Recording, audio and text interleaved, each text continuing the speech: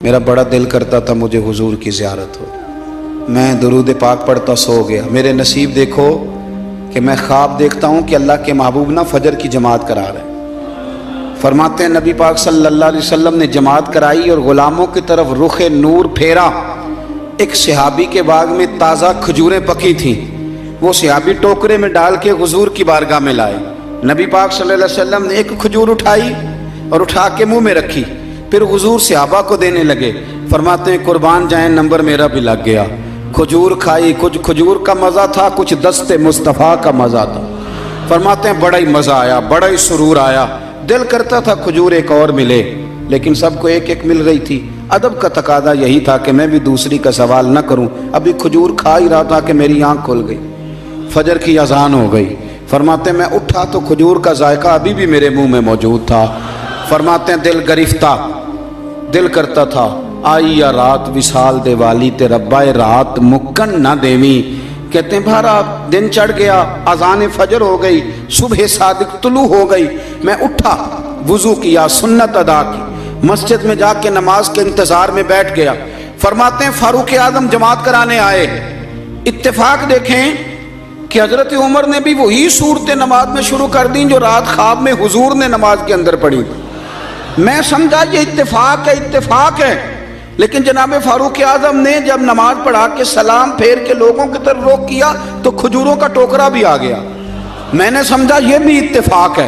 فرماتے ہیں عمر نے ایک کھجور اٹھائی اور باقی بانٹنے لگے، اور عمر نے ایک کھجور مجھے بھی دی۔ کھجور میں نے کھائی، مزہ مجھے بڑا آیا۔ حضور صلی اللہ علیہ وسلم سے تو ادب کی وجہ سے نہیں مانگی تھی، عمر تو اپنا دوست تھا، اپنا یار تھا، مجھ سے ہر کام میں مشورہ لیتا تھا۔ کہتے میں نے فوراً کہا عمر ذرا ایک دینا، ایک کھجور اور دینا۔ فرماتے ہیں فاروق اعظم نے اٹھائی، میں سمجھا ملنے لگی ہے، اٹھائی، اور جب حضرت فاروق اعظم نے کھجور بڑھائی اور پکڑا کسی دوسرے صحابی کو دی اور مسکرا کے میری طرف دیکھا، فرمانے لگے علی یوں تو نہ کر یار، اگر رات کو تو حضور سے دوسری لیتا تو میں بھی سویرے تجھے دوسری دے دے، اگر حضور سے رات دوسری لیتے تو میں بھی تمہیں سویرے دوسری دے دیتا۔ خواب میری وچ آیا ماہی تے میں گل وچ پا لیاں باواں، اور لوگ کو ڈر دی ماری آنکھ بھی نہ کھولا کتے پھر وچھڑ نہ جا۔ حضور کی محبت کا ایک تقاضا اور بھی ہے کہ ہمارا نا اپنے نبی سے ملنے کو بھی دل چاہے۔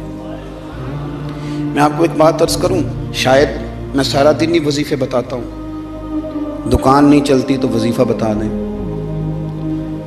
بچے ایک دوسرے سے لڑائی کرتے ہیں تو وظیفہ بتا دیں۔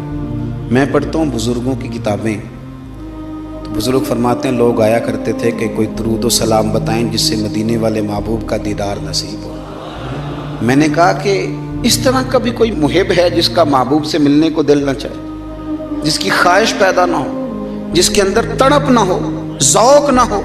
آہستہ آہستہ وہ جو ہمارے سوتے خشک ہوئے ان کے اندر یہ دراڑ آئی کہ وہ جو خاص ذوق تھا، آپ پڑھیے نا قرآن مجید، حضرت ثوبان بن مالک رضی اللہ تعالیٰ عنہ حضور کی بارگاہ میں حاضر ہوئے تھے اور رو پڑے اور بڑا ہی روئے، تو حضور نے فرمایا کیوں روتے ہو؟